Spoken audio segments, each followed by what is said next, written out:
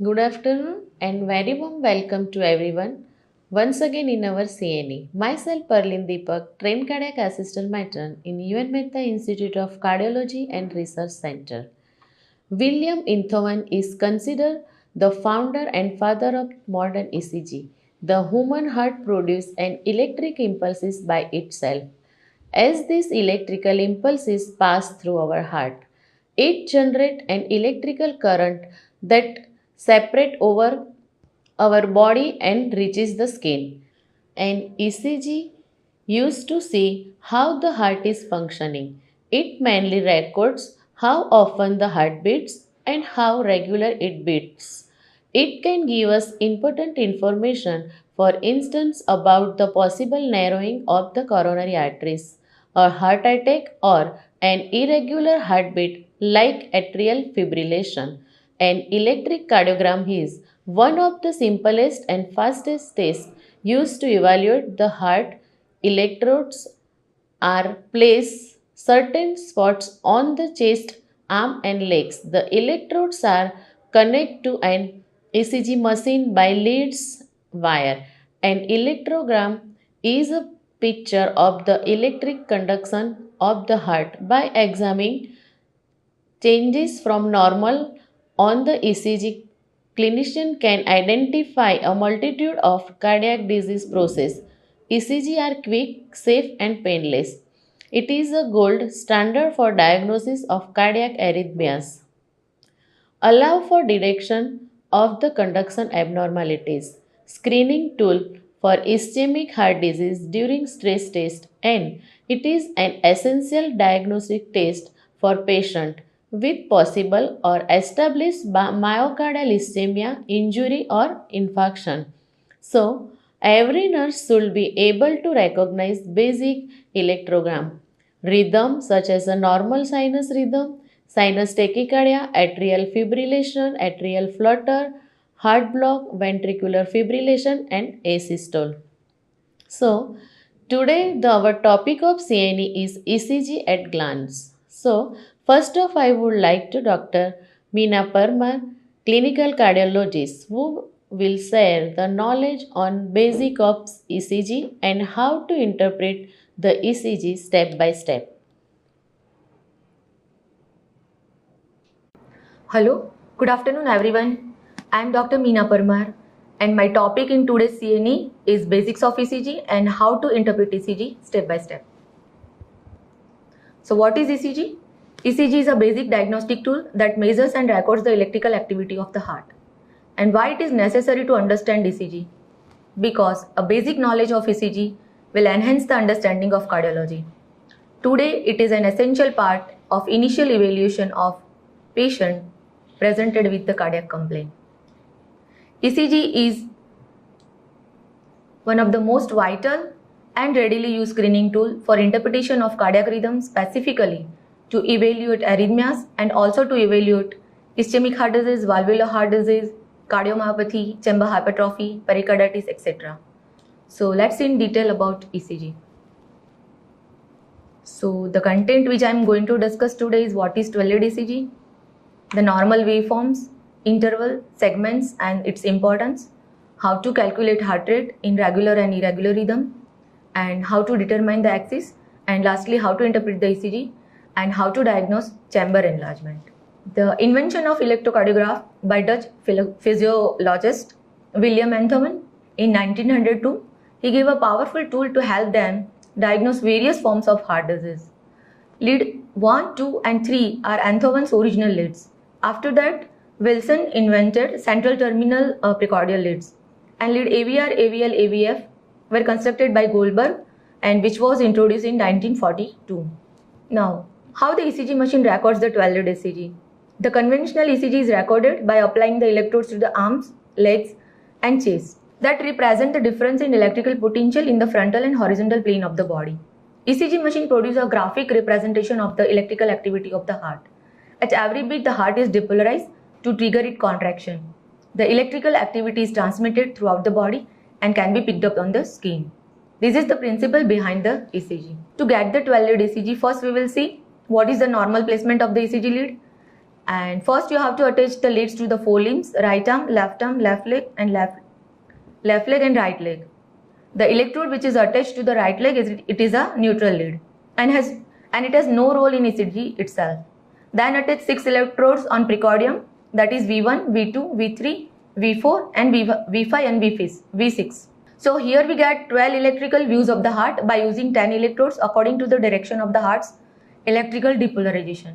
So monitor displays 12 lead ECG, which consists of 6 limb leads and 6 chest leads. And why the 12 lead ECG? In 12 lead ECG, there are 10 electrodes providing 12 perspective of the heart's activity using different angles through 2 electrical planes, vertical plane and the horizontal plane. The different view reflect the angle at which electrode look at the heart. The limb lead look at the heart in a vertical plane, whereas the chest lead look at the heart in a horizontal plane. In this way, the 3-dimensional electrical picture of the heart is built up. So lead 1, 2, 3 are bipolar leads and also known as a standard limb lead, and AVR, AVL, AVF are unipolar leads, also known as a augmented lead. Lead V1 to V6 are chest leads and also known as a precordial lead. Whereas the limb lead look at the heart in a vertical plane or coronal plane, and the chest lead look at the heart in a horizontal plane. So bipolar or standard limb lead. Lead 1, 2, 3 are bipolar leads. The bipolar limb lead reflect the potential difference between 2 limb leads electrode, or you can say information gathered between 2 unipolar lead is known as a bipolar lead. ECG reading is start with the lead 1. So how we get the lead 1? Lead 1 is the voltage difference between LA and RA electrodes, that is left arm and right arm. Lead 2 is the voltage difference between left leg and right arm electrodes, and lead 3 is the voltage difference between left leg and left arm electrode. Unipolar or augmented limb leads. AVR, AVL, AVF are unipolar leads. They make up a triangle known as an Anthovan triangle. The unipolar leads reflect the potential difference between one of the 3 limb leads. An estimate of a zero potential derived from the remaining of 2 electrodes. Lead AVR records the right arm potential. Lead AVL records the left arm potential, and lead AVF records the left foot potential. Precordial leads or chest lead. The precordial lead use the same reference electrode at the augmented limb leads. So now we will see the placement of the chest electrode. V1 is placed at the 4th intercostal space, right sternal border. V2 is placed at 4th intercostal space at left sternal border. V4 is placed at 5th intercostal space, mid clavicular line. V3 is at midway between V2 and V4. V5 is placed at 5th intercostal space, anterior axillary line. V6 is placed at 5th intercostal space, mid axillary line. Now there are some specific leads that allows the interpretation of the specific areas of the heart. Second, 3 and AVF known as the inferior leads. 1, AVL, V5, V6 are lateral leads. V1 to V4 anterior leads. V1 to V6 labeled as the chest leads. For posterior wall evolution, leads used are V7, V8 and V9. And for RVMI, we use right side leads, that is RV3 and RV4, where RV3 is mirror image of V3 on right side and RV4 is a mirror image of V4 on right side. Now we will learn how to diagnose the ECG of limb lead reversal. In normal ECG, when you attach the electrode at correct position, you will find P, QRST and T wave normally are positive in 1, 2, 3 and AVF. Inverted in AVR, and normal transition occur from V2 to V6. Whenever you reverse the position of leads or you do wrong placement of limb lead, then you will find a ECG abnormality which may stimulate pathology such as ectopic atrial rhythm, chamber enlargement, myocardial ischemia and infarction. So be careful whenever you place the electrodes.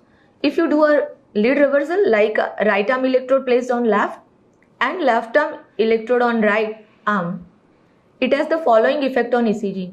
Lead 1 become inverted, lead 2 and 3 switches the places, lead AVL and AVR switches the places, and lead AVF remain unchanged because you have not changed the position of foot. So LA-RA reversal may stimulate dextrocardia. However, in contrast to dextrocardia, there is a normal R wave progression in the precordial leads. And what is the ECG features of dextrocardia? You will see marked right axis deviation, global negativity in lead 1 and global positivity in AVR. Absent R wave progression in precordial leads. If there is a left arm and left leg reversal, whenever you place the AVF electrode on left arm and left arm electrode put on left foot, you will find lead 3 become inverted, lead 1 and 2 switches the places, and lead AVR remains the same because no change in position of the AVR. If there is a right arm and left leg reversal, with reversal of right arm and left leg electrodes, whenever you place the right arm electrode on the left leg and left leg electrode on the right arm, the anthophons triangle rotate 180 degree vertically around an axis formed by AVL. So you will find lead 2 become inverted, lead 1 and 3 becomes inverted and switches the places, lead AVR and AVF switches the places, and lead AVL is unchanged. So be careful whenever you attach the leads. Physiologically, ECG tracing represents the conduction system of the heart. So first we will learn about conduction system and how it transmits the impulse and generate the waves. The sinoatrial node is the pacemaker of the heart. The normal conduction pathway originates from SA node, which initiates sinus impulse, which leads to atrial depolarization and contract both right atria and left atrium, forming the P wave. The impulse is delayed briefly at AV node and atrial contraction is completed. The wave of depolarization then proceeds rapidly to bundle of His, where it splits into two pathways and travel along the right and left bundle branch. The impulse travels the length of the bundle along the interventricular septum to the base of the heart, where the bundle divides into Purkinje system. From here, the wave of depolarization is distributed to the ventricular wall and initiates the ventricular contraction. So let's see which wave represents what. A cardiac cycle is represented by P wave, QRS complex, the T wave, and the baseline that follow until the another P wave appears. The cycle is repeated continuously in coordination with the SA node depolarization. P wave represent atrial depolarization, QRS complex represent ventricular depolarization, and during this time the atria are undergoing completing repolarization, but you don't see the atrial repolarization represented on the EKG because it occurs approximately at the same time of the QRS complex. As a result, atrial repolarization is buried within the QRS complex. Until atrial repolarization, ventricular repolarization is clearly visualized on the EKG at ST segment, ending with the T wave. So, repolarization of the atria is typically not seen on ECG as a wave. And the PR segment is a purple segment which shows the region of atrial repolarization, and not to be confused with the PR interval which includes the P wave. So ECG wave are labeled alphabetically, and each heartbeat results in a 3 waves or deflection on ECG. In a normal cardiac cycle, the P wave occurs first, followed by QRS complex and T wave. In ECG, you can see there are 3 waves, P, QRS and T, 2 interval, PR interval and QT interval, and 1 segment is a ST segment. Before we start to analyze or to diagnose the ECG, first we will see on which paper it is recorded and what is the normal speed and normal standardization. So in ECG tracing, what are the things you should check for? The ECG waves are recorded on spatial graph paper that is divided into 1 mm grid-like boxes. Before you take ECG, you have to check the paper speed. Paper output speed is a rate at which the ECG machine produces a trace. The ECG paper speed is ordinarily 25 mm per second. 50 mm per second speed is optional and is sometimes used to diagnose fast tachyarrhythmias. Then you have to check the standardization. Normally it is 10 mm height by 5 mm wide, and this will alert you to correct the paper speed and standard amplification of P, QRST and T wave. Now see the rhythm strip at standard paper speed of 25 mm per second. There is one big box or square. Inside one big box there are five small boxes. Each small box is equal to 0.04 second. So one large box is equal to 5 multiplied into 0.04 is equal to 0.2 second. So 5 large box is equal to 1 second. So in 1 minute you will get 300 large boxes. There are 3 main methods calculating ECG rate. There is no specific best method. So if you want to calculate the heart rate, first you have to see whether the rhythm is regular or irregular. Assess the distance between the R wave to determine the regularity of rhythm. Now identify the QRS complex and R wave. So how will you determine the rhythm? The calipers are extremely helpful for the rhythm analysis. Assess the distance between the two R wave and regularity of the rhythm. In regular rhythm, the RR distance are always equal distance apart. For example, normal sinus rhythm is a regular rhythm. Irregular rhythm, the R wave, the RR distance are never equal distance apart.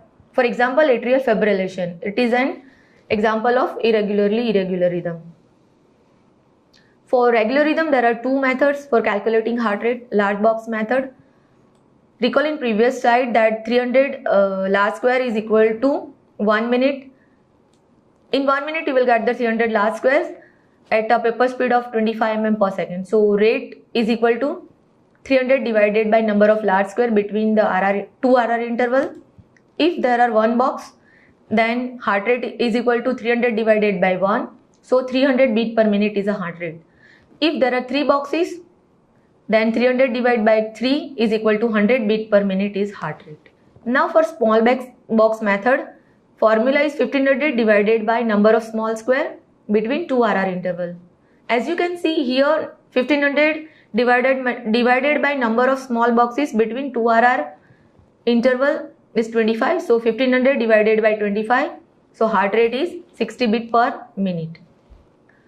For irregular rhythm and for slow rhythm, we use the 6-second method or R wave method. The number of complexes count on rhythm strip that gives the average of over a 6-second period.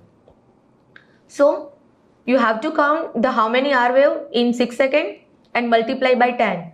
If there are 11 R wave in 6 seconds, so you have to multiply by 10. The heart rate will be 110 beat per minute.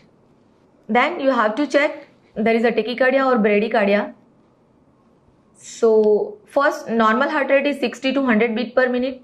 If the heart rate is more than 100 beat per minute, it is tachycardia, and if heart rate is less than 60 beat per minute, it is bradycardia. So here the ECG having regular rhythm with normal P wave, QRS complex and T wave, and the heart rate is 50 beat per minute. So it is a sinus bradycardia. And here the heart rate is more than 100 beat per minute. That is 150 beat per minute. So ECG is ECG of sinus tachycardia. Now rhythm. Interpreting the rhythm of ECG similarly, you should proceed with a systemic approach. The rhythm is best analyzed by looking at the rhythm strip. On a 12-lead ECG, this is usually a 10-second recording from a lead 2. So how to analyze the rhythm? First, the rate. There is bradycardia or tachycardia. Then see the rhythm, whether there is a normal sinus rhythm, regular rhythm or irregular rhythm. Then the pattern of QRS complexes, regular or irregular. If regularly irregular or irregularly irregular, then see the QRS morphology. Is the narrow complex or wide complex? If narrow complex, then it is from sinus, atrial or junctional origin. And if it is wide, then it could be a ventricular origin or supraventricular with aberrant conduction. Then see the P wave in the sinus arrest and atrial fibrillation. There is an absent P wave. If P wave is present, then see the morphology, and PR interval may suggest the sinus, atrial, junctional or even retrograde from the ventricle. See the relationship between the P wave and the QRS complex, whether there is a AV association or AV dissociation. Then see the onset and termination. There is abrupt onset and abrupt termination.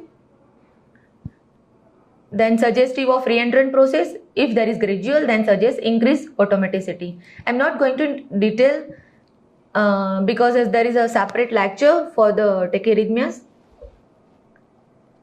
So what is the normal sinus rhythm? Normal sinus rhythm is the rhythm that originates from the sinus node and generally regular. Normal P wave morphology and axis upright in 1, 2 and biphasic in V1, inverted in AVR. Narrow QRS complex, each P wave is followed by QRS complex. The PR interval is constant, and so we can say in this ECG there is a normal sinus rhythm. Axis. Now, what is cardiac axis? Cardiac axis is the net direction of electrical activity during depolarization. Clinically, it is reflected by ventricular axis. Since the left ventricle makes up the most of the heart muscle under normal circumstances, the normal cardiac axis is directed downwards and slightly to the left. So, normal axis is between -30 degree to +90 degree. An abnormal axis deviation indicating underlying pathology. It is altered by left ventricular and right ventricular hypertrophy or bundle branch block. So any QRS is less than -30, it is left axis deviation. Any QRS greater than +90 degree, it is right axis deviation. And QRS axis between -90 degree to 180 degree, it is extreme axis deviation. Also it's known as a north-west axis. Basic pattern of ECG is logical. The electrical activity towards lead causes upward deflection and electrical activity away from the lead causes downward deflection. Depolarization and repolarization deflection occurs in an opposite direction. Normal electrical activity is leading towards one most positive leads and AVF, it's a positive lead, and AVR, it is in opposite direction of the impulse, therefore it is negative. First of all, what is the positive and negative lead? If the height of R wave is greater than height of S wave, it is positive. If it is equal, then it is equiphasic, and if it is less than S wave, it is negative. Now to calculate the axis, most commonly we use the perpendicular lead, that is lead 1 and lead AVF. The normal QRS electrical axis is established in a frontal plane. It is between -30 to +90, directed downwards or inferior and to the left in adult. If both lead 1 and lead AVF positive, axis is normal. If lead 1 is positive and AVF is negative, then it is left axis deviation. Lead 1 negative and lead AVF is positive, then it is right axis deviation. And both lead negative, then it is extreme axis deviation. The QRS axis moves leftward and throughout the childhood and adolescence from normal value 30 degree to 190 degree at birth to 0 to 120 degree during the age of 8 to 16 years. In short, easiest method involves looking at the lead 1, 2 and AVF only. So here we see the ECG of left axis deviation. You can see lead 1 positive, lead 2 and AVF negative. Then what are the causes for left axis deviation?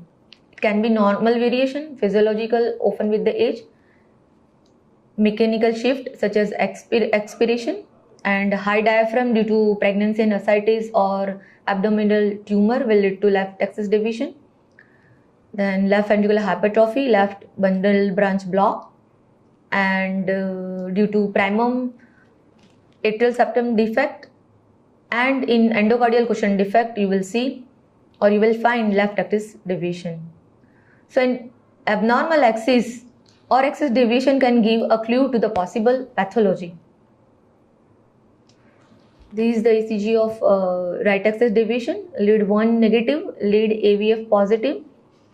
So it is right axis deviation. The causes of right axis deviation includes maybe normal variation in vertical heart, you will find axis of 90 degree due to mechanical shift such as an inspiration and emphysema due to right ventricular hypertrophy and RBBB in dextrocardia, and in ostium secundum ASD, you will find a right axis deviation. In extreme axis deviation, there is both lead 1 and AVF will be negative. Causes of extreme axis are emphysema, hyperkalemia, lead transposition, artificial cardiac pacing, ventricular tachycardia are the example of extreme axis deviation. Now we will see how to read the 12-lead ECG. After confirming the speed and standardization, first how to identify P wave. If the P wave are not clearly visible in the chest lead, then look for them in another lead like 2 and B1, whether a patient is in sinus rhythm or not, are P wave are present or not, are the P wave and QRS complex are regular, is the PR interval is a constant, and if P wave is followed by QRS or not. So now we'll see the P wave is a small deflection wave that represent the atrial depolarization. The upper right atrium is depolarized first, followed by a simultaneous depolarization of the remainder of the right atrium and some of the left atrium, and finally by the depolarization of the left atrial appendage. Now, how the P wave is formed? The right atrial depolarization forms the initial portion of the P wave, then the left atrial depolarization forms the terminal portion of the P wave, and the last part of the P wave is also contributed by the lower part of the right atrium. So the morphology of P wave: smooth counter, monophasic in lead 2, biphasic in lead 1, upright in lead 1 and 2, inverted in lead AVR. Both leads V1 and AVR are away from the heart, so you will find an inverted P wave. The P wave is normally less than 120 millisecond in duration, that is less than 3 small square, and amplitude is less than 3 small square, that does not exceed 2.5 mm in lead 2. So you can say height and width should be less than 3 small square. Now to assess the following characteristic related to the P waves. Are the P wave present or absent? And the absence of P wave indicate the heartbeat did not originate in the SA node. To all the P wave look at the same. When the heartbeat originate somewhere other than the SA node, the contour of the P wave changes. Do the P wave occurs at a regular rate? Using a caliper or ruler, assess the distance from P to P waves. If this distance varies, there is an issue in conduction from the SA node to AV node. Is there one P wave with every QRS complex or not? This helps you to further assess the conduction. Is the electrical communication between the atria and the ventricle working correctly?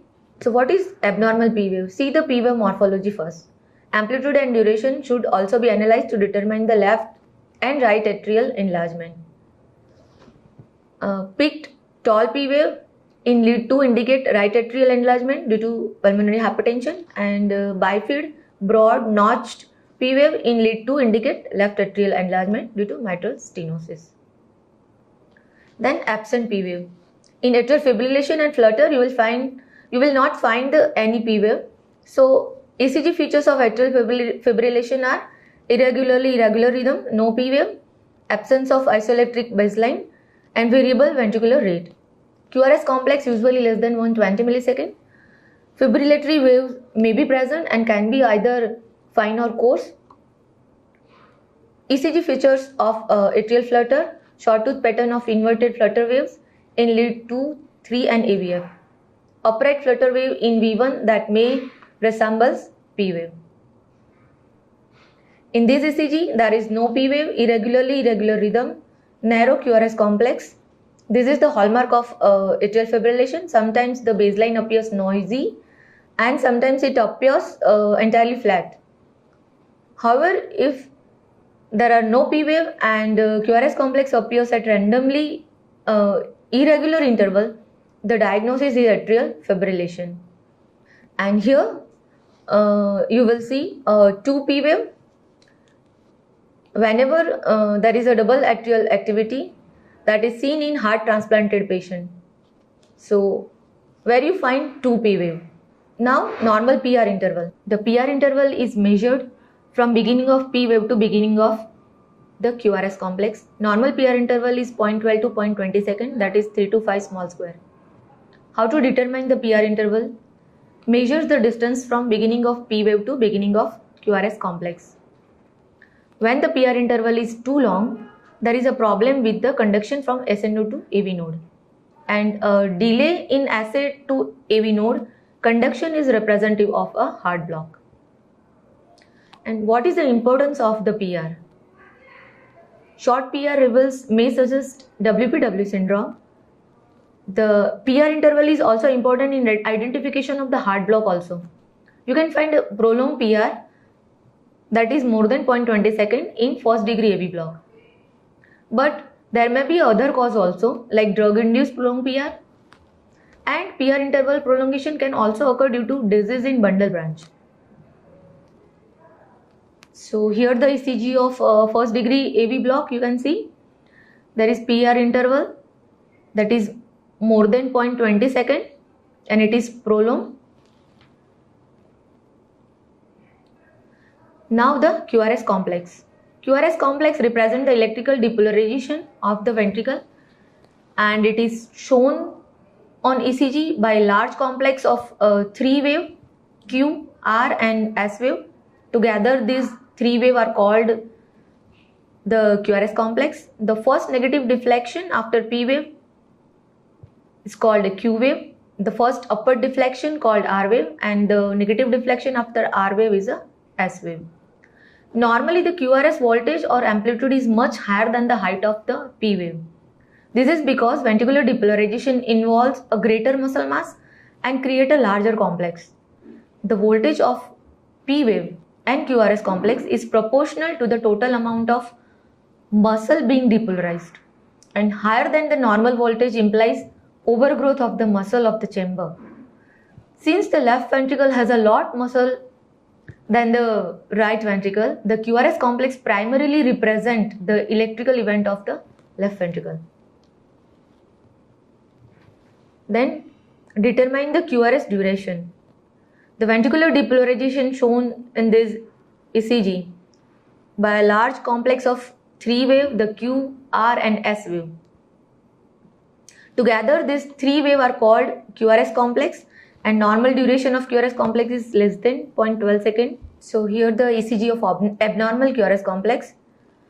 So normal duration of QRS complex is less than 0.12 second or 3 small boxes. Here you can see the delay in conduction seen in one or more of the bundle branches. Causes of wide QRS may be hyperkalemia, left bundle branch block, ventricular pre-excitation, ventricular pacing or ventricular tachycardia. By amplitude you can diagnose or you can say whether it is normal voltage, large voltage, low voltage or electrical alternance. Depending on the morphology, it is diagnosed as a RBB or LBB, Q wave. Q wave is a negative deflection that precedes the R wave. If Q wave is short and shallow, then it is normal.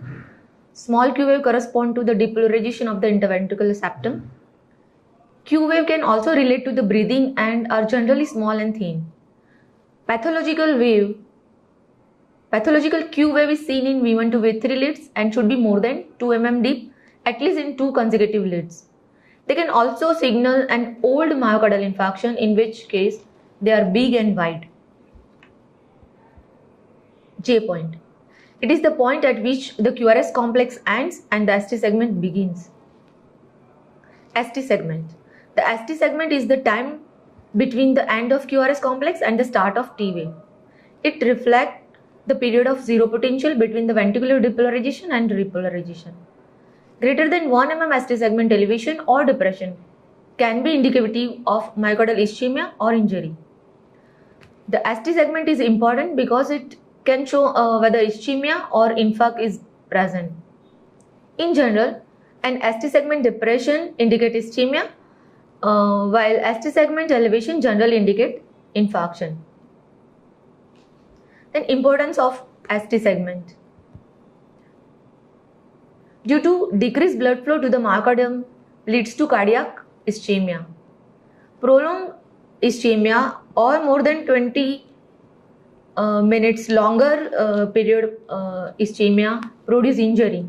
If injured myocardial cell die, infarction occur. So greater than 1 mm ST segment elevation or depression can be indicative of myocardial ischemia or injury.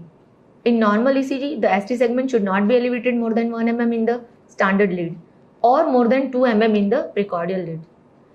So here you will see the ST segment elevation and ST segment depression. ECG of MI.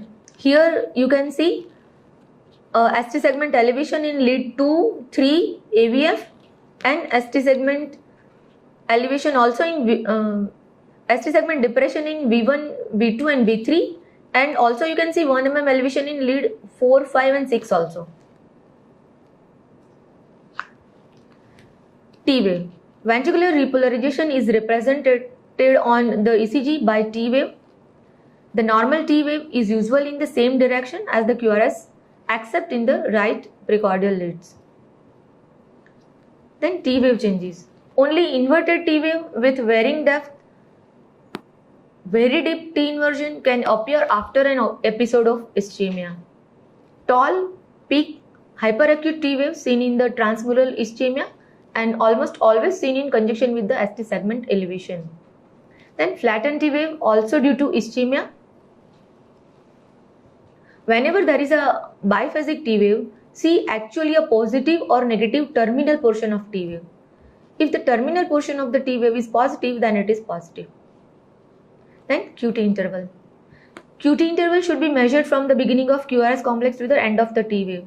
The QT interval represents the time for both ventricular depolarization and repolarization to occur, and therefore estimate the duration of average ventricular action potential. The QT interval should be measured manually and preferably by using one of the limb lead that base shows the end of the T wave on 12 lead ECG. Method used to measure the QT interval are Bézet formula. Formula is corrected QTC is equal to QT upon square root of RR interval. In general, the normal QT interval is below 0.40 second and normal corrected QTC interval are less than 0.44 second.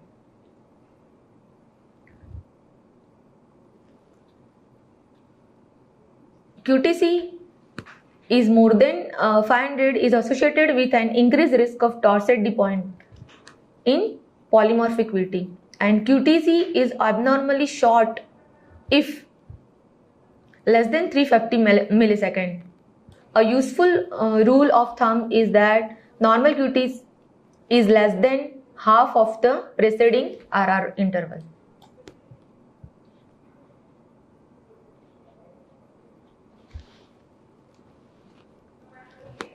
Then types of QT syndrome, long QT and short QT. In long QT, there are two types of long QT, congenital long QT and acquired QT. In congenital long QT syndrome, there are several congenital disorders of ion channels that produce a long QT syndrome and are also associated with increased risk of torsade de pointe and sudden cardiac death. For example, hypokalemia, hypothermia, some medication, drugs like amiodarone causes acquired long QT.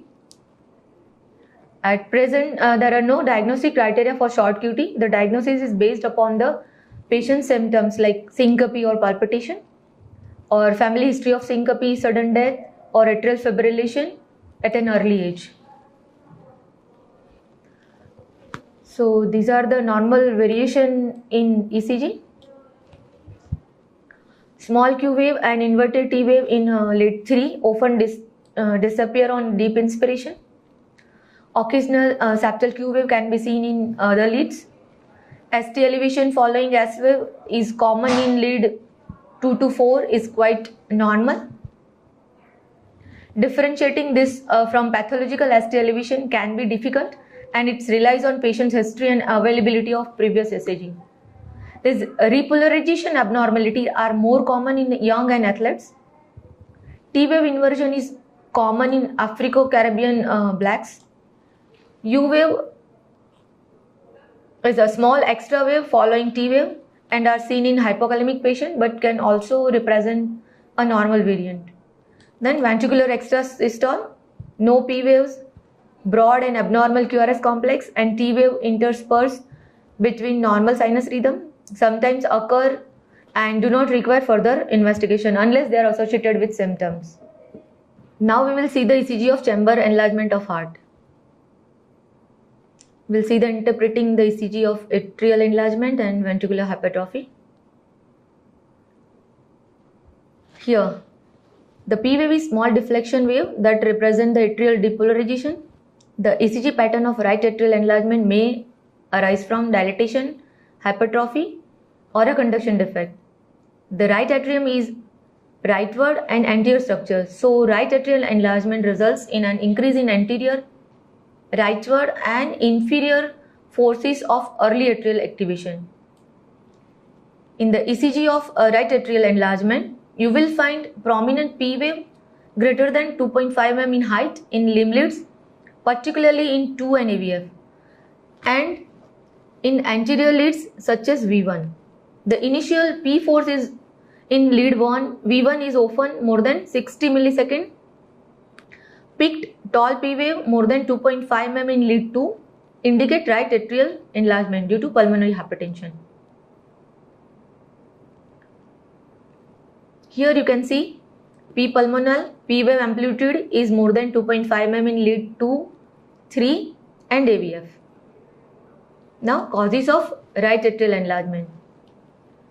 So right atrial enlargement due to valvular disease, in tricuspid stenosis, tricuspid regurgitation, also due to pulmonary hypertension due to COPD or some mitral valve disease with pulmonary hypertension, and also due to congenital heart disease like Epstein anomaly. Now left atrial enlargement is due to pressure or volume overload of the left atrium. The ECG pattern of left atrial enlargement, it can arise from dilatation, hypertrophy or an electrical conduction defect. The left atrium is a leftward and posterior structure, so left atrial enlargement increases the leftward and posterior vector, and when there is an associated intra-arterial conduction delay, prolong the duration of P wave. The ECG criteria for left atrial enlargement is P wave is wide in lead 2 and usually notched in lead 1 and 2. P wave in limb lead with interpeak duration is more than 0.04 second. The terminal P wave in lead V1 is deep and delayed with the negative deflection being greater than 40 millisecond in duration and or height more than or equal to 1 mm. So whenever you see bifid, broad notched P wave or P mitrally in lead 2 indicate left atrial enlargement due to valvular disease or due to decreased left ventricular compliance. Common cause of left atrial enlargement are valvular disease like mitral stenosis, mitral regurgitation, and decreased left ventricle compliance due to long-standing hypertension, HCM, AS, AR or infiltrative heart disease. So here the slide of biatrial enlargement. Biatrial enlargement has a characteristic of both right and left atrial abnormality. The right atrial abnormality increases the P wave amplitude in lead 2 and the left atrial hypertrophy will broaden and notch the P wave and may increase the terminal force of P wave in the V1. So here you will see tall broad P wave in lead 2, terminal P wave negativity in lead 1, suggestive of biatrial enlargement. Now in ventricular hypertrophy, either left ventricular or right ventricular hypertrophy. So the criteria for left ventricular hypertrophy, there are numerous voltage criteria for the diagnosing left ventricular hypertrophy. The most commonly used are Sokolow-Lyon criteria, where S wave depth in V1 and R wave height in V5, V6 is more than 35 mm. And for limb lead criteria, the R wave in lead 1 and S wave in lead 3 should be more than 25 mm, or R wave in AVL more than 11 mm, or R wave in AVF more than 20 mm, or S wave in AVR more than 14 mm, then you can diagnose left ventricular hypertrophy. For precordial leads, R wave in V4, V5 and V6 more than 26 mm, R wave in V5 or V6 plus S wave in V1 more than 35 mm. Largest R wave plus largest S wave in precordial leads more than 45 mm. So these are the criteria to diagnose left ventricular hypertrophy. Now right ventricular hypertrophy. So here you can see the ECG of right ventricular hypertrophy where R wave in V1 is more than 7 mm. So lastly, the only way to become confident at reading ECG is to practice. It is important to be methodical. Every ECG reading should start with an assessment of rate, rhythm and axis. This approach always reveals something about an ECG regardless of how unusual it is. So every time whenever you see the ECG, always read systematically. If you don't know the normal, you will never find the abnormal things in ECG. So always read ECG step by step. Don't jump on the diagnosis, and definitely you can diagnose the ECG if you go step by step. Thank you. Hi. Hello everyone. I am Dr. Sameer Dilip Rane. I am working as an associate professor in the Department of Cardiology at UNMICRC, CRC, Ahmedabad. My special interest lies in cardiac electrophysiology. Today I'll be taking a topic on cardiac arrhythmias oversimplified. I hope you all enjoy this. Palpitations is one of the classic presentation in an EP clinic, and these patients who have had palpitations feel like their heart suddenly races or they feel like an impending doom. They may also complain of lightheadedness, fainting, excessive sweating, or dismiss these symptoms as anxiety or severe stress. Arrhythmias are classified based on their heart rate or on the origin of the tachycardia. Arrhythmias can be classified as bradyarrhythmias where the heart rate is less than 60 per minute and as tachyarrhythmias where the heart rate exceeds 100 per minute. They are also classified based on their origin. Depending on their origin, they are classified as supraventricular or ventricular in origin. What is an SVT or supraventricular tachycardia? The word supra means above or superior to the ventricle. Since the atria and the AV node lie above the ventricle, anything originating here is known as the supraventricular tachycardia. VT is also known as ventricular tachycardia. Very obvious by its name that the origin of the tachycardia is from the ventricles. There is another third terminology which is known as junctional tachycardia. These tachycardias originate at the junction, which is the AV node. It is known as junctional tachycardia, most commonly seen in the perioperative period. The SA node generates an impulse at the rate of 60 to 100 per minute, and these impulses travel to the AV node and through the specialized conduction system, the right bundle branch and the left bundle branch, to the respective ventricles. From the ventricles, the electrical impulse cannot travel back to the atria. Remember this, please. The normal QRS duration ranges from 80 milliseconds to 120 milliseconds. This is because the impulse formed in the SA node reaches the ventricles via specialized conduction system of the heart. In right bundle branch block, which is one type of a wide QRS morphology, the right bundle does not conduct. So the left ventricle is activated via the specialized conduction system of the heart, and the right ventricle is activated through the myocardium after the left ventricle. Let's look at left bundle branch block. Here the left bundle does not conduct. So the right ventricle gets activated first via the specialized conduction system, and the left ventricle is now activated subsequently after the activation of the right ventricle. These give rise to a right bundle branch block morphology and a left bundle branch block morphology, which are more than 120 milliseconds in duration. The impulse formed in the SA node reaches the AV node and through the AV node is conducted to both the ventricles via the specialized conduction system of the heart. The sinus node fires at a rate of 60 to 100 per minute depending on the physiological activity of the person. What happens in heart block? There is no AV node or it is damaged. So the impulses which are generated in the sinus node can no longer reach the ventricles, and the atria is now beating at a sinus rate while the ventricles are beating at an escape rate. As the impulses are unable to reach the ventricles, lower pacemakers in the heart start generating impulses on their own. This is known as an escape rhythm. This escape rhythm is less than 60, and as we go further towards the ventricles, the rate becomes lesser and lesser. On an ECG, the CHB or an heart block will look as follows, as shown in this slide. There are more P waves and less Q waves compared to the P waves. Earlier, we have seen the types of different supraventricular tachycardias, but I'll be talking only about selective supraventricular tachycardias. Atrial fibrillation and atrial flutter are also supraventricular tachycardias, but at our institute, SVT is generally referred to as AVNRT and AVRTs.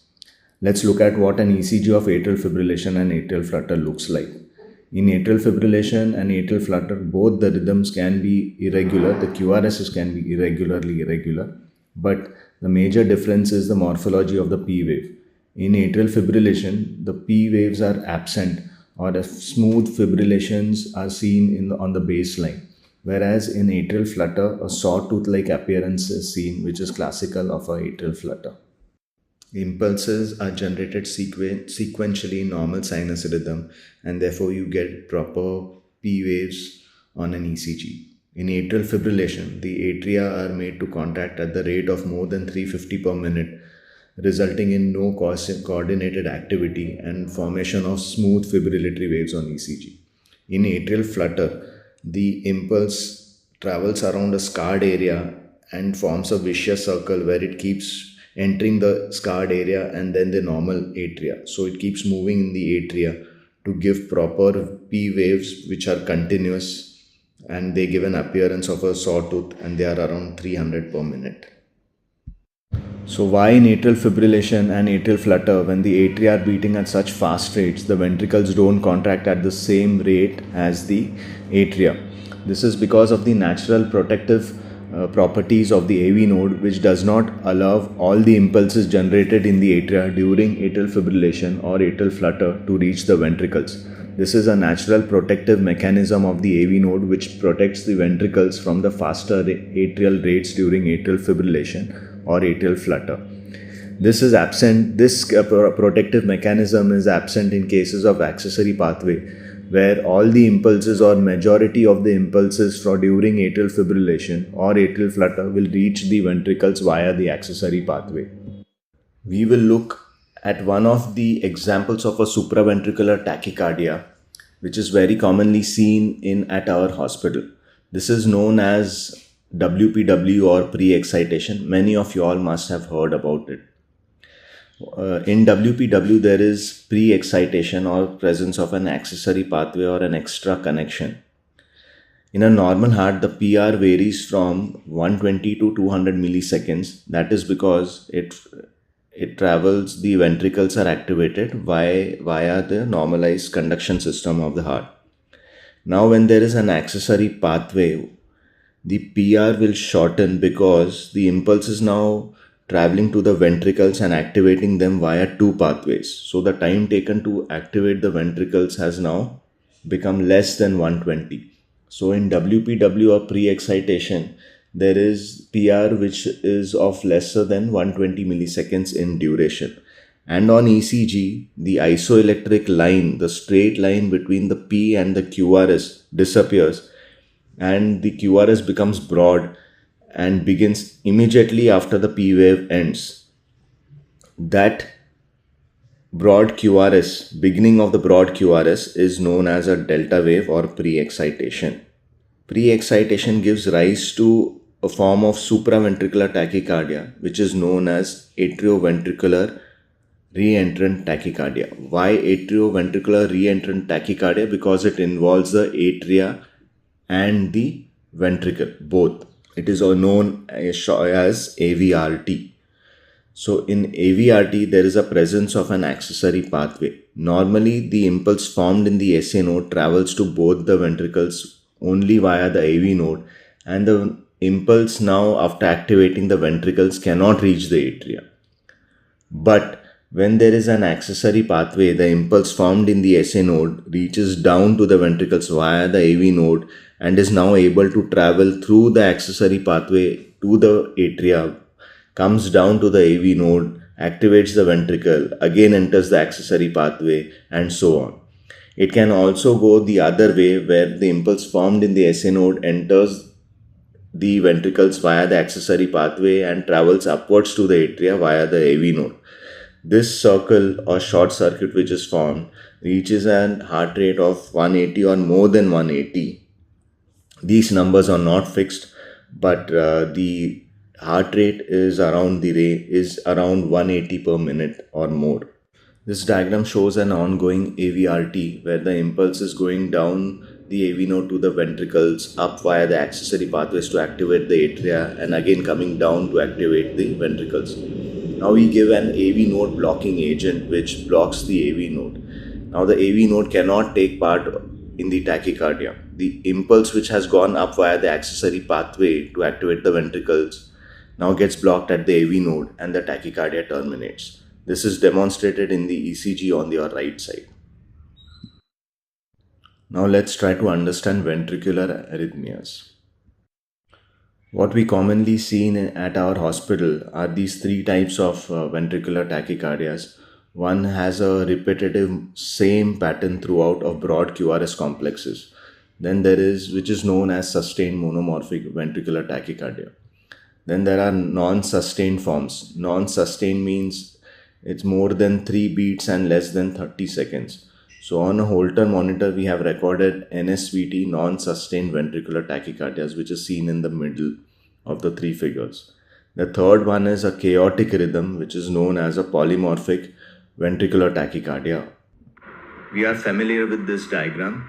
The shaded blackened areas are scarred myocardium after a myocardial infarction. In between the scarred myocardium are also viable myocardial cells which have the ability to conduct electricity. We shall see the consequences of this viable tissue. When the impulse is generated in the SA node, it enters the AV node and activates the ventricle via the conduction system of the heart. Some of the electrical impulses are also able to enter this viable myocardial muscle cell which is present between the scarred tissue. But as it tries to exit, it gets blocked because the neighboring myocardium was already activated. But sometimes the impulse travels so slowly that it is able to activate the neighboring myocardium, and again it enters this zone which is surrounded by scar, and again exits and again enters and forms a vicious circle, giving rise to ventricular tachycardia. The rate of the ventricular tachycardia depends. Usually it is around 180. It can be higher or it can be slightly lower. Two types of cardioversion: unsynchronized and synchronized. Unsynchronized cardioversion is also known as defibrillation. What is the difference between the two? If a patient is unstable and there are proper morphology of QRS complexes, then the patient has to undergo a synchronized cardioversion. This is seen on the right side of the screen of this slide. On the defibrillator, there is a sync button present, and this synchronization has to be done with the QRS complexes. Unsynchronized cardioversion or defibrillation has to be carried out in an unstable patient with a pulseless electrical activity. The defibrillatory pads or pedals are positioned in this way on the chest so that majority of the cardiac mass is encompassed between these two positions. We shall discuss only few drugs which are used commonly at our hospital. Adenosine is used in the termination of SVT, or it can also be used in the diagnosis of certain arrhythmias. Since it starts getting metabolized as soon as it comes in contact with blood, it has to be given as a fast bolus followed by a quick flush with normal saline. It has to be avoided in asthmatics, COAD exacerbations, and the dose has to be increased in people taking derifylin. The dose is decided by the physician, and there has to be a defibrillator on standby. Beta blockers and calcium channel blockers, the injectable doses of these medications have to be given slowly over 5 minutes. If you give rapidly, there may be hypotension and bradycardia. Amiodarone requires a loading dose and a maintenance dose, depending whether it's given IV or oral. The most common form when given IV is thrombophlebitis, so ideally it has to be given through the central line, or an external jugular vein, which is a large caliber vein, can be used as an alternative. Then certain tests are to be done when a patient is on amiodarone. The liver transaminases have to be monitored, thyroid function tests have to be done, pulmonary function tests and ophthalmic examination is required on yearly basis. So very briefly, the management of arrhythmias comprises of treating the reversible cause like ischemia, electrolyte imbalance, removal of certain medications and toxins. For treatment of tachyarrhythmias, antiarrhythmic drugs like amiodarone, beta blockers and calcium channel blockers are used. There are other antiarrhythmic drugs also. For bradyarrhythmias, you can use isoprenaline or atropine. Then there are cardiac implantable devices for treating bradyarrhythmias and tachyarrhythmias. Finally, electrophysiology study and radiofrequency ablation can offer a cure of more than 95% to certain arrhythmias. Thank you for your kind attention. If any questions, I will be available in the Department of Cardiology. Good afternoon. Myself Dilip Panchal, working in UN Mehta Institute of Cardiology and Research Center. Today my topic of presentation is ECG in myocardial infarction and its localization.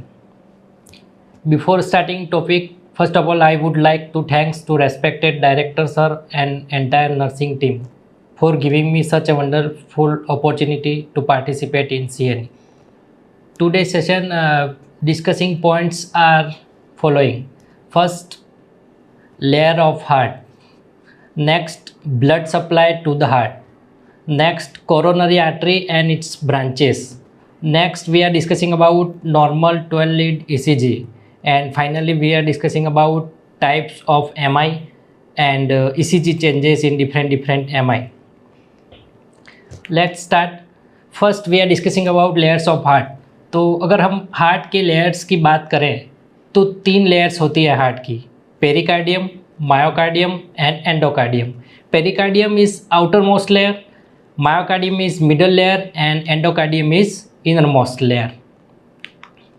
Next, blood supply to the heart. Heart के blood supply की अगर हम बात करें तो जो heart को blood supply होता है वो कोरोनरी आर्टरी के द्वारा होता है.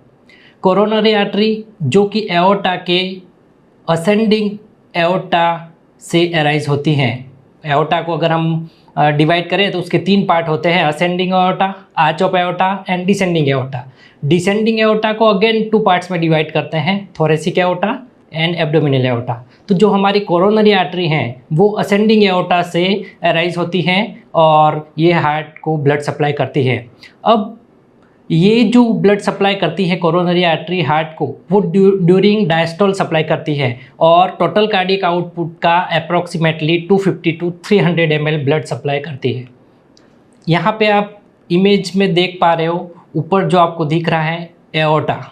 एओर्टा में जो असेंडिंग एओर्टा है वहाँ से आपको 2 ब्रांच निकलती हुई दिखाई देगी, जिसमें एक है राइट कोरोनरी आर्टरी एंड दूसरी है left coronary artery. Right coronary artery again आगे जा कर के उसकी डिफरेंट ब्रांचेस निकलेगी एंड लेफ्ट कोरोनरी आर्टरी आगे जाके फिर से डिवाइड होगी और उसकी डिफरेंट ब्रांचेस निकलेगी जो कि कंप्लीट हार्ट को ब्लड सप्लाई करती है. जैसे हार्ट के anterior portion, posterior portion, inferior portion, lateral portion, AV node, SA node, different part जो हार्ट के हैं उनको ब्लड सप्लाई करने का काम करती है. आइए अब हम बात करते हैं next coronary artery and it's branches. Coronary artery के ब्रांचेस की बात करते हैं. तो अगर हम कोरोनरी आर्टरी के ब्रांचेस की बात करें तो उसकी 2 ब्रांच होती हैं, right coronary artery and left coronary artery. Right coronary artery जिसको हम RCA बोलते हैं, लेफ्ट कोरोनरी आर्टरी जिसको हम LCA बोलते हैं। राइट कोरोनरी आर्टरी के अंदर नोडल ब्रांच होती हैं, राइट मार्जिनल ब्रांच होती है and right posterior descending artery होती है। ये जो पोस्टीरियर डिसेंडिंग आर्टरी है जिसको हम PDA बोलते हैं। नेक्स्ट अगर हम बात करें लेफ्ट कोरोनरी आर्टरी की, तो लेफ्ट कोरोनरी आर्टरी में एक सर्कमफ्लेक्स ब्रांच होती है जिसको LCX बोलते हैं एंड दूसरी लेफ्ट एंटेरियर डिसेंडिंग आर्टरी जिसको हम LAD बोलते हैं। अब बात करते हैं सबसे पहले राइट कोरोनरी आर्टरी की। ये जो राइट कोरोनरी आर्टरी है इसकी ब्रांचें हैं वो हार्ट के किन किन पार्ट को ब्लड सप्लाई करती है। तो अगर हम राइट कोरोनरी आर्टरी की बात करें तो ये पोस्टेरियर इंटरवेंट्रिकुलर सेप्टम को ब्लड सप्लाई करेगी। दूसरा right atrium and right ventricle को ब्लड सप्लाई करेगी। नेक्स्ट SA नोड को ब्लड सप्लाई करेगी, AV नोड को ब्लड सप्लाई करेगी and inferior border of heart. ये जो पार्ट है जिसे posterior interventricular septum, right atrium, right ventricle, SA node, AV node and inferior border of heart, इनको blood supply करने का काम करती है right coronary artery and it's branches. Next second हम बात करते हैं लेफ्ट कोरोनरी आर्टरी की। और लेफ्ट कोरोनरी आर्टरी हार्ट के किन पार्ट्स को ब्लड सप्लाई करती हैं, तो ये लेफ्ट एट्रियम को ब्लड सप्लाई करेगी। दूसरा posterior and lateral border of left ventricle को ब्लड सप्लाई करने का काम करेगी। दूसरा anterior wall of left ventricle. Next ये ब्लड सप्लाई करेगी एंटीरियर इंटरवेंट्रिकुलर सेप्टम। तो ये था कोरोनरी आर्टरी एंड इसकी ब्रांचेस जो कि हार्ट के किन किन पार्ट्स को ब्लड सप्लाई करती है। यहाँ पे आप इमेज में देख पा रहे हैं राइट साइड में एओर्टा जहाँ से right coronary artery and left coronary artery निकल रही है। राइट कोरोनरी आर्टरी की नीचे इंफीरियर साइड में एक ब्रांच निकलती है जिसको बोलते हैं मार्जिनल ब्रांच। दूसरा पीछे की तरफ जो डॉटेड आपको दिख रहा है वो है पोस्टीरियर इंटरवेंट्रिकुलर ब्रांच जो कि राइट कोरोनरी आर्टरी की ब्रांच है और एक इसकी ब्रांच होती है नोडल ब्रांच।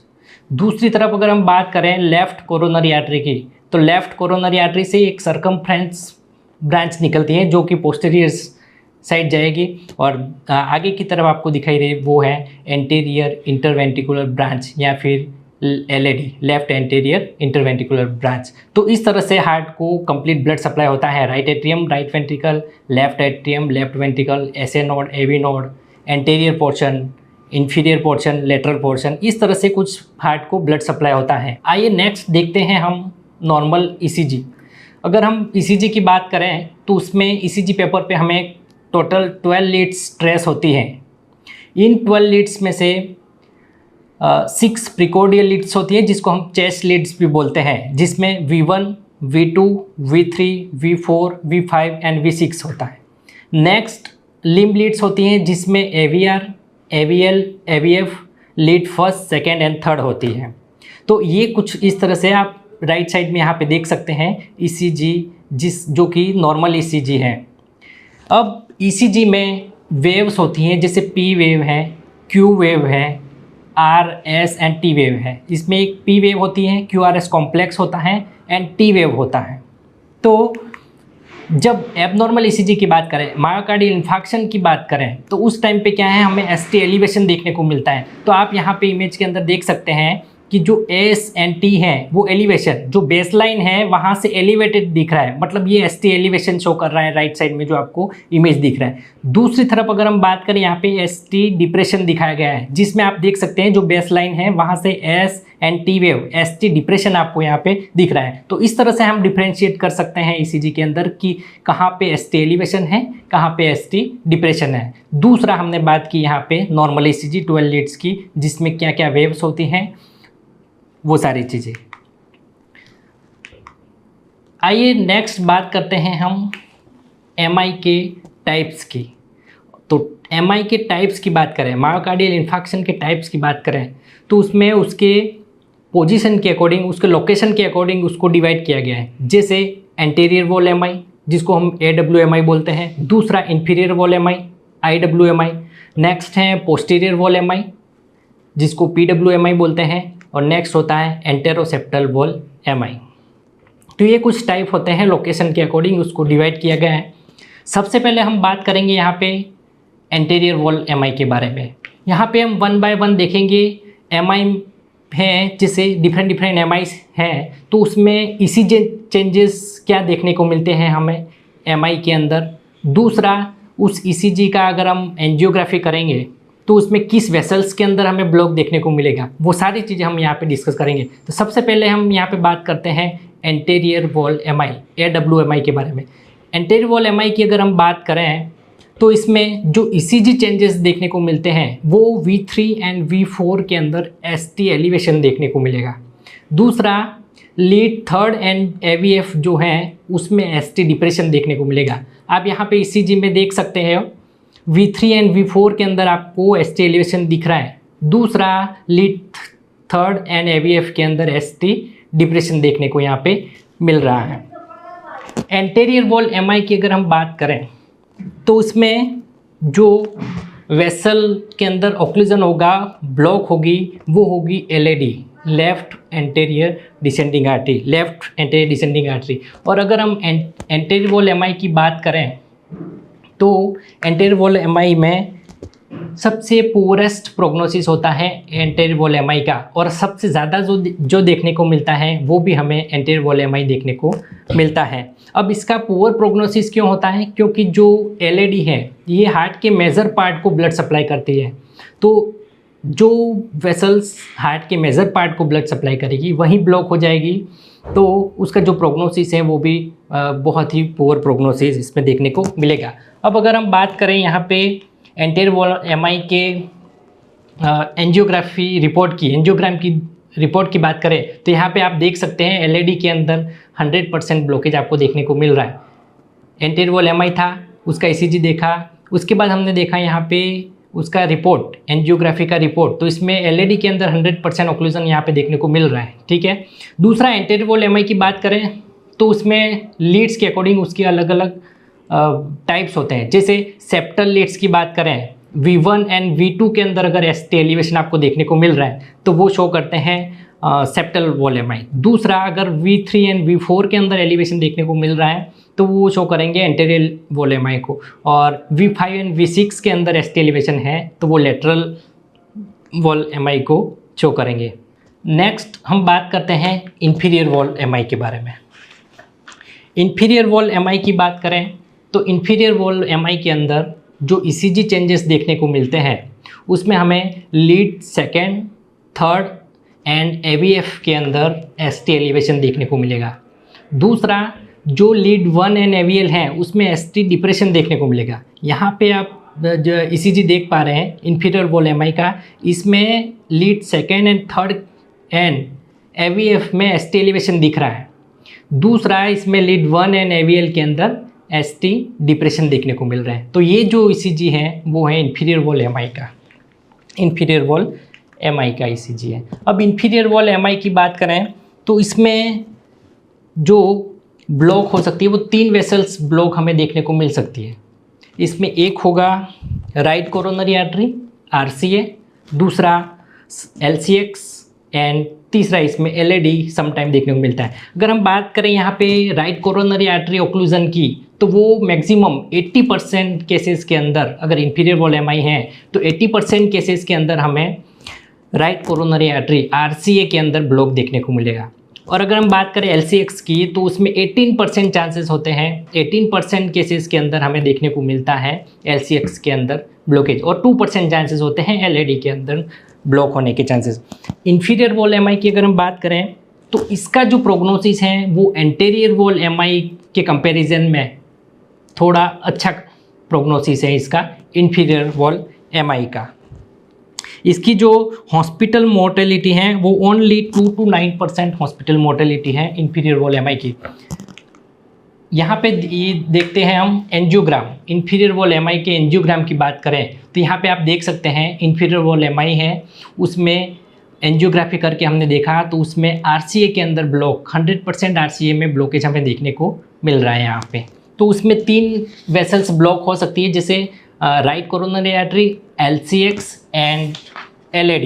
तो अगर ECG देख के हम कैसे आइडेंटिफाई करें कि राइट कोरोनरी आर्टरी के अंदर ऑक्लूजन हो सकता है या फिर LCX के अंदर, तो उसके लिए हम ECG में देखेंगे कि अगर लीड थर्ड के अंदर लीड सेकेंड से ज़्यादा ST एलिवेशन देखने को मिल रहा है, as compare to lead second, third के अंदर ज़्यादा एस एलिवेशन देखने को मिल रहे हैं हमें, तो ये शो करता है कि RCA के अंदर ओक्लूजन है। दूसरा, रेसिप्रोकल हमें ST डिप्रेशन देखने को मिलेगा लीड फर्स्ट के अंदर, तो इससे हम आइडेंटिफाई कर सकते हैं कि RCA के अंदर ओक्लूजन हो सकता है। दूसरा ECG से हम आइडेंटिफाई करेंगे कि LCX कैसे होता है। तो LCX के लिए क्या होता है कि lead second and lead third दोनों में जो ST एलिवेशन होगा वो इक्वल होगा, बराबर होगा, तो उससे हम आइडेंटिफाई कर सकते हैं कि LCX में ओक्लूजन हो सकता है। नेक्स्ट बात करते हैं पोस्टीरियर वॉल MI की। तो इसमें जो ECG चेंजेस हमें देखने को मिलेंगे उसमें लीड V7, V8, V9 के अंदर ST एलिवेशन देखने को मिलेगा, more than 0.5 mm ST elevation देखने को मिलेगा। अगर नॉर्मल अगर हम ECG लें चेस्ट पे सीधे V1, V2, V3, V4, V5 and V6 इस तरह से चेस्ट लीड जो होती है उसको लगा करके हम ECG लें तो उसमें हमें देखने को मिलेगा ST depression, V2 and V3 के अंदर ST डिप्रेशन देखने को मिलेगा। दूसरा, tall and broad R wave देखने को मिलेगी V2 एंड V3 में, and next dominant R wave देखने को मिलेगी V2 के अंदर। लेकिन अगर हम V7, V8, V9 ECG लेके देखें, उसकी बात करते हैं, जैसे 1, 2 एंड 3 जो कि एंटेरियर साइड हम ECG लीड प्लेसमेंट करेंगे, और जो 4, 5 एंड 6 लीड हैं वो पोस्टीरियर साइड प्लेस करके ECG हम निकालेंगे। तो उसमें जो 4, 5 एंड 6 हैं उसको हम बोलेंगे 7, 8, 9। तो 7, 8, 9 के अंदर ST एलिवेशन अगर देखने को मिलता है तो वो शो करता है पोस्टीरियर वॉल MI को, जो कि आप यहाँ पे ECG के अंदर देख सकते हैं। ठीक, V4, V5, V6 जिसको हम 7, 8, 9 बोलेंगे, यहाँ पे ST एलिवेशन आपको देखने को मिल रहा है, मतलब ये शो करता है पोस्टीरियर वॉल MI को। पोस्टीरियर वॉल MI की बात करें तो इसमें LCX और ऑब्टूस मार्जिनल के अंदर ओक्लूजन आपको देखने को मिलेगा। नेक्स्ट बात करते हैं एंटेरोसेप्टल वॉल MI की। एंटेरोसेप्टल MI की अगर हम बात करें तो इसमें जो ECG चेंजेस देखने को मिलेंगे उसमें ST एलिवेशन देखने को मिलेगा लीड 1 एंड AVL में।